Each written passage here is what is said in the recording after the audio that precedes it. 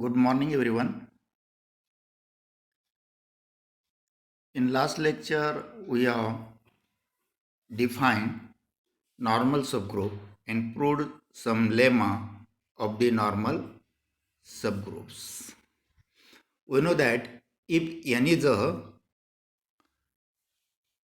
subset, n is a subgroup of G, where G is a group, such that small n belongs to subgroup n and small g belongs to group G, implies that small g n G inverse belongs to n, then n is called as a normal subgroup of G. Now we shall prove one problem, that is intersection. The problem is that the intersection of two normal subgroups of a group G is again a normal subgroup of G. Listen,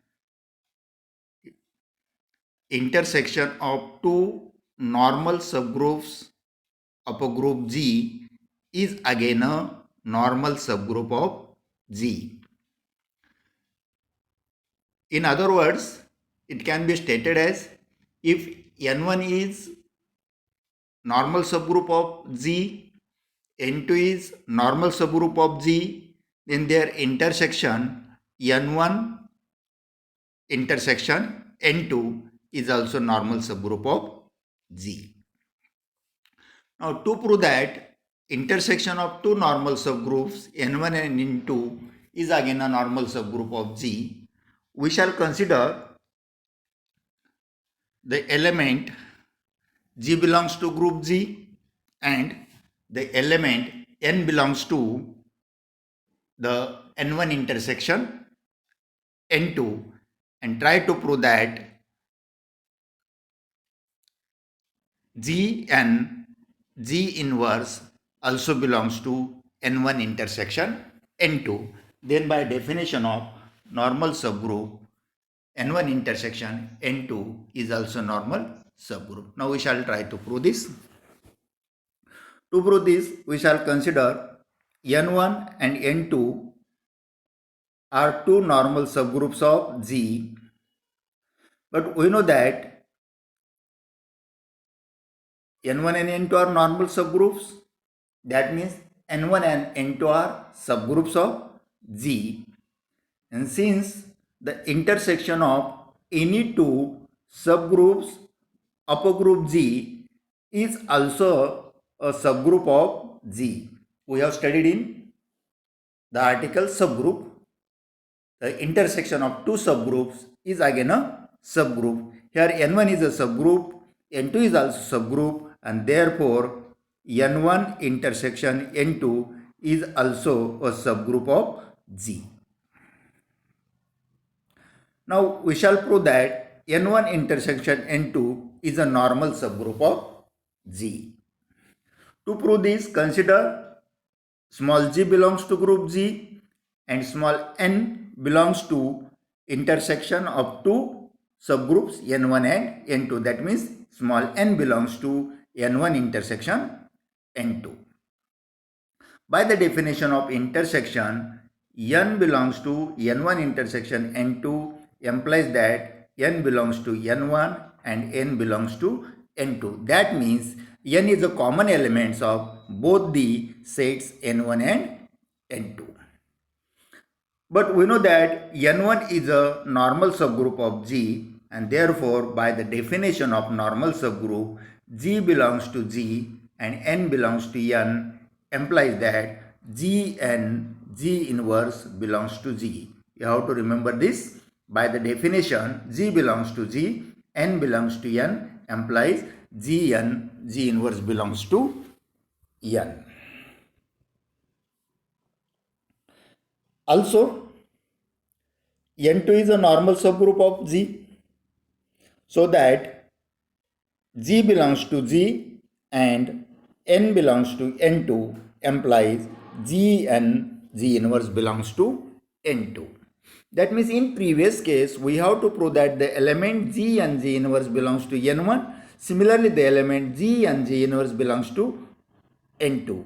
That means G and G inverse belongs to N1. Also G and G inverse belongs to N2. This is a common element of N1 and N2. Therefore, this implies G and G inverse is a element of N1 intersection N2. Okay, means initially we have taken the small n belongs to N1 intersection N2, G belongs to group G, and using this we are able to prove that G and G inverse belongs to N1 intersection N2. Means here this is the element of N1, it is also element of N2. This implies it is the element of N1 intersection N2, and therefore by the definition N1 intersection N2 is a normal subgroup of G. Now we have proved the result for two normal subgroups N1 and N2 of a group G. This completes the proof or solution of the problem. The problem is if N1 is a normal subgroup of G, N2 is a normal subgroup of G, then N1 intersection N2 is also normal subgroup of G. This is we have put the result for two normal subgroup of G. But if we shall consider arbitrary intersection, that means more than two normal subgroups, then it is again a normal subgroup of G. We have written this as a remark. The intersection of arbitrary collection of normal subgroups of G itself is a normal subgroup of G. This completes the first problem. Then second problem. If G is a group and H is a subgroup of index 2 in G, prove that H is a normal subgroup of G. Listen the statement carefully. If G is a subgroup of, here G is a group and H is a subgroup of index 2 in G, then we have to prove that H is a normal subgroup of G. Now student, try to remember that what is the index of a subgroup. After the chapter or after the Lagrange's theorem, we have defined this. Index means number of distinct right coset of H in G. Means if H is a subgroup of a group G, then number of distinct right coset of H in G is called as a index of H in G, and we shall denote it by I suffix G of H. Also by Lagrange's theorem, index of H in G can be written as order of G divided by order of H. But this formula is not required here. We require only definition. Index of H in G is number of distinct right coset.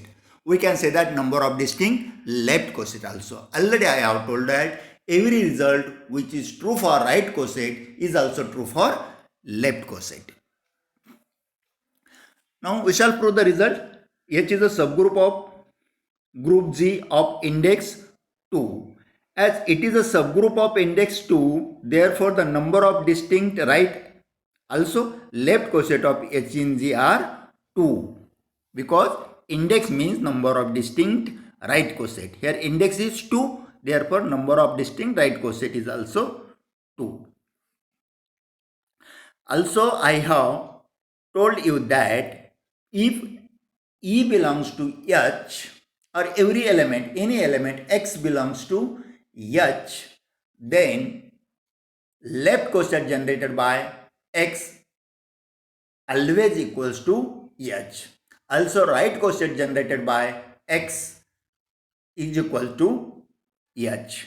And therefore using this, we know that identity element belongs to H, and therefore left coset EH is equals to H, and right coset HE is equals to H. Means in this case left coset is equal to right coset. Means also we have proved that if in a group every left coset is equal to right coset, then such group is a normal subgroup. Using this definition or this lemma, we shall prove this problem.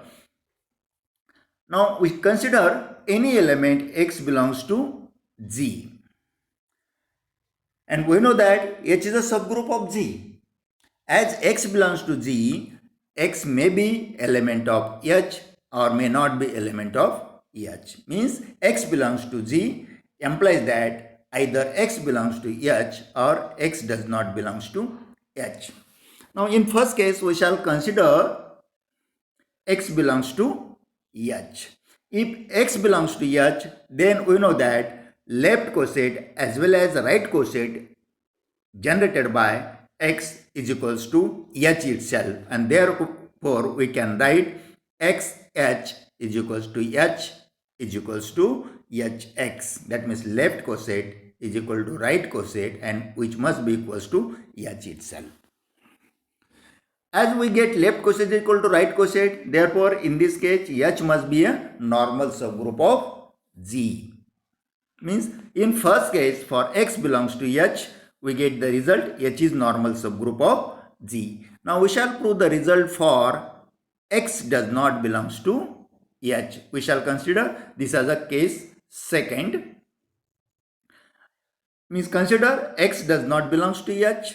As x is not an element of H, the left coset generated by x will be not equal to H. Also right coset generated by x will be not equal to H. That means if x belongs to H, then xh is not equal to H and hx is not equal to x.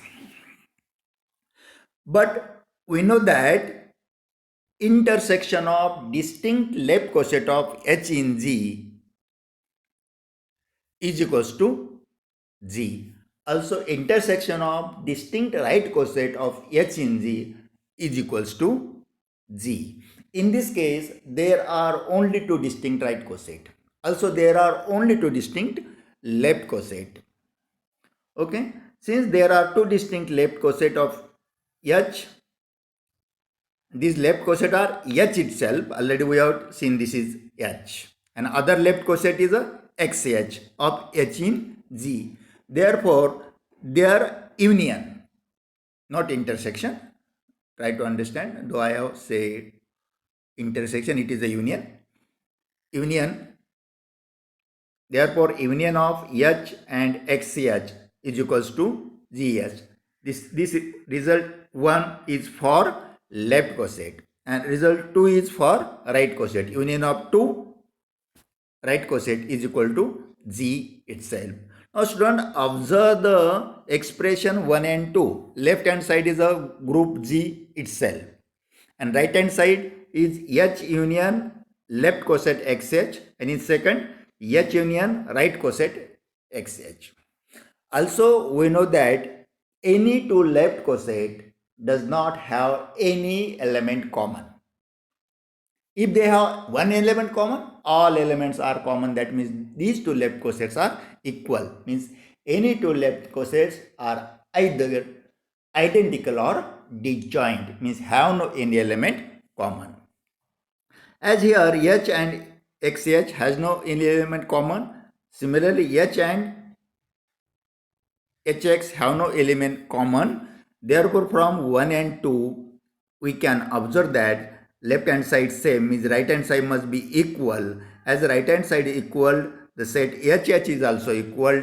There is no common element. Therefore this left coset XH must be equal to right coset HX. Okay, means what we get? The left coset H and XH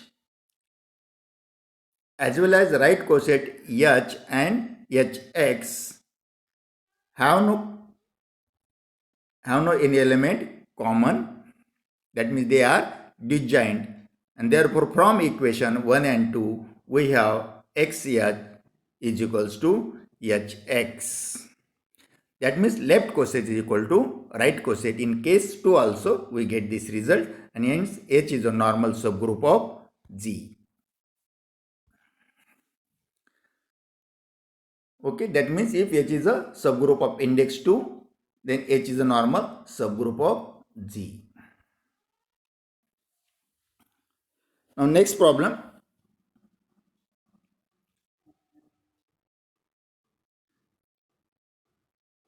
If H is a subgroup of G and N is a normal subgroup of G, show that H intersection N is a normal subgroup of H. Normal subgroup of H. You have to remember, not normal subgroup of G.